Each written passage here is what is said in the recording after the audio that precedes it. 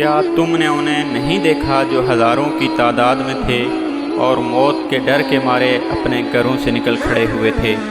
اللہ تعالیٰ نے انہیں فرمایا مر جاؤ، پھر انہیں زندہ کر دیا۔ بے شک اللہ تعالیٰ لوگوں پر بڑا فضل والا ہے، لیکن اکثر لوگ ناشکرے ہیں۔ اللہ کی راہ میں جہاد کرو اور جان لو کہ اللہ تعالیٰ سنتا جانتا ہے۔ ایسا بھی کوئی ہے جو اللہ تعالیٰ کو اچھا قرض دے، پس اللہ تعالیٰ اسے بہت بڑا چڑھا کر عطا فرمائے؟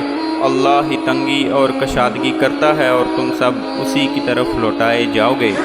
کیا آپ نے حضرت موسیٰ علیہ السلام کے بعد والے بنی اسرائیل کی جماعت کو نہیں دیکھا جب کہ انہوں نے اپنے پیغمبر سے کہا کہ کسی کو ہمارا بادشاہ بنا دیجیے تاکہ ہم اللہ کی راہ میں جہاد کریں؟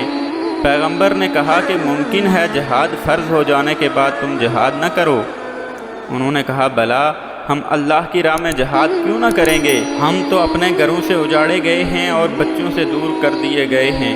پھر جب ان پر جہاد فرض ہوا تو سوائے تھوڑے سے لوگوں کے سب پھر گئے، اور اللہ تعالیٰ ظالموں کو خوب جانتا ہے۔ اور انہیں ان کے نبی نے فرمایا کہ اللہ تعالیٰ نے طالوت کو تمہارا بادشاہ بنا دیا ہے، تو کہنے لگے بلا، اس کی ہم پر حکومت کیسے ہو سکتی ہے؟ اس سے تو بہت زیادہ حقدار بادشاہت کے ہم ہیں، اس کو تو مالی کشادگی بھی نہیں دی گئی۔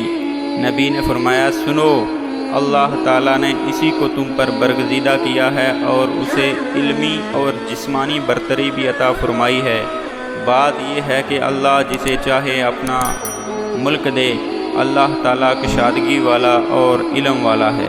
ان کے نبی نے انہیں پھر کہا کہ اس کی بادشاہت کی ظاہری نشانی یہ ہے کہ وہ تمہارے پاس وہ صندوق آ جائے گا جس میں تمہارے رب کی طرف سے دل جمعی ہے اور آل موسیٰ اور آل ہارون کا بقیہ ترکہ ہے۔ فرشتے اسے اٹھا کر لائیں گے۔